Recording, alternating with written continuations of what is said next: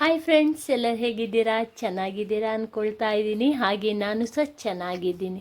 ಯಾರಾದರೂ first time ವಿಸ್ಮಯ ಚಾನೆಲ್ನ ನೋಡ್ತಾ ಇದ್ದರೆ ಸಬ್ಸ್ಕ್ರೈಬ್ ಮಾಡಿ, ಹಾಗೆ ನಿಮ್ಮ ಅನಿಸಿಕೆಯನ್ನು ಕಮೆಂಟ್ ಮಾಡಿ. ಇವತ್ತು ನಾನು ಅಂಬಡೆದು ಮೆಣಸಿನಕಾಯಿ, ಅಂಬಡೆಕಾಯಿ ಇದೆಯಲ್ಲ ಅದ್ರದ್ದು. ಇದು ಅಂಬಡೆಕಾಯಲ್ಲಿ ಇದರಲ್ಲಿ ಬೀಜ ಇಲ್ಲ, ಕಷಿದು ಮಾಡ್ತಾರಲ್ವ, ಅದು ಕಷಿದ ಗಿಡ. ಇದರಲ್ಲಿ ಬೀಜ ಇಲ್ಲ, ಮತ್ತು ತುಂಬ ಬೇಗ ಬೇಯುತ್ತೆ ಇದು.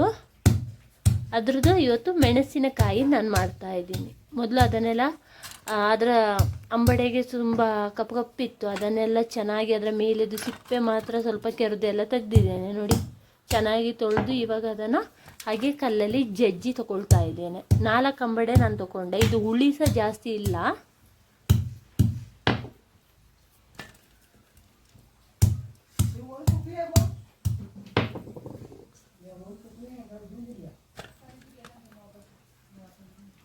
ನೋಡಿ, 4 ಅಂಬಡೆ ಜಜ್ಕೊಂಡಿದ್ದೀನಿ.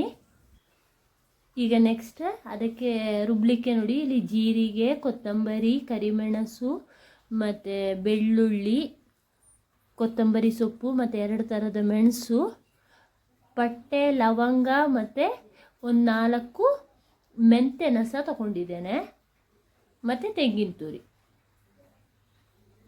ಇದನ್ನೆಲ್ಲ ನಾನು ಚೆನ್ನಾಗಿ ಸ್ವಲ್ಪ ತೆಂಗಿನ ಎಣ್ಣೆ ಹಾಕಿದ್ದೇನೆ. ತೆಂಗಿನ ಎಣ್ಣೆ ಹಾಕಿ ಸ್ವಲ್ಪ ಚೆನ್ನಾಗಿ ಹುರ್ಕೊಳ್ತಾ ಇದ್ದೇನೆ. ಸ್ವಲ್ಪ ಕೆಂಪು ಕಲರ್ ಬಂದರೆ ಸಾಕು. ಮತ್ತು ನಾವು ಅದನ್ನು ಸ್ವಲ್ಪ ತಣಿದ ಮೇಲೆ ನಾವು ಮಿಕ್ಸಿ ಮಾಡ್ಕೊಳ್ಬೋದು.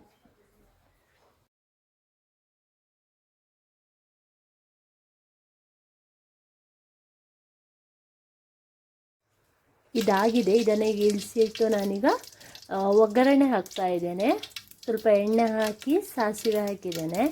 ಸಾಸಿವೆ ಚಟಪಟ ಅಂದಾಗ ಈ ಈರುಳ್ಳಿನ ಹಾಕಿ ಹಾಗೆ ಫ್ರೈ ಮಾಡ್ತಾ ಇದ್ದೆ. ಸ್ವಲ್ಪ ಕೆಂಪು ಬರಬೇಕು, ಅಲ್ಲಿವರೆಗೆ ಅದು ಫ್ರೈ ಆಗ್ತಾ ಇರ್ತದೆ.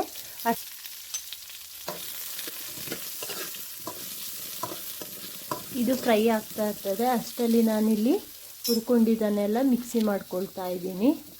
ಸ್ವಲ್ಪ ನೀರು ಹಾಕಿ ಸ್ವಲ್ಪ ಗಟ್ಟಿಗೆ ನಾನು ರುಬ್ಕೊಳ್ತಾ ಇದ್ದೀನಿ.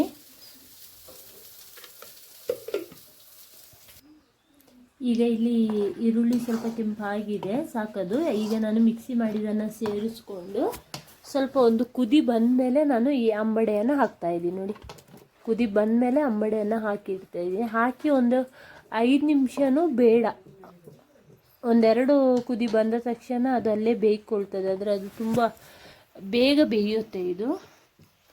ಇದಕ್ಕೀಗ ರುಚಿಗೆ ತಕ್ಕಷ್ಟು ಸ್ವಲ್ಪ ಉಪ್ಪು ಹಾಕಿ ಮತ್ತು ಒಂದು ಚಿಕ್ಕ ಬೆಲ್ಲದ ತುಂಡನ್ನು ಸಹ ನಾನು ಹಾಕ್ತಾ ಇದ್ದೀನಿ. ನೋಡಿ, ಉಪ್ಪು ಹಾಕಿದ್ದೀನಿ. ಉಪ್ಪು ಹಾಕಿ ಬೆಲ್ಲದ ತುಂಡು ಚಿಕ್ಕದು.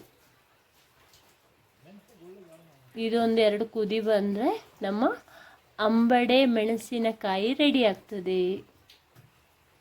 ನೋಡಿ, ಟ್ರೈ ಮಾಡಿ ನೋಡಿ ಹೇಗಾಗುತ್ತೆ ಅಂತೇಳಿ ಕಮೆಂಟಲ್ಲಿ ಹೇಳಿ. Thank you.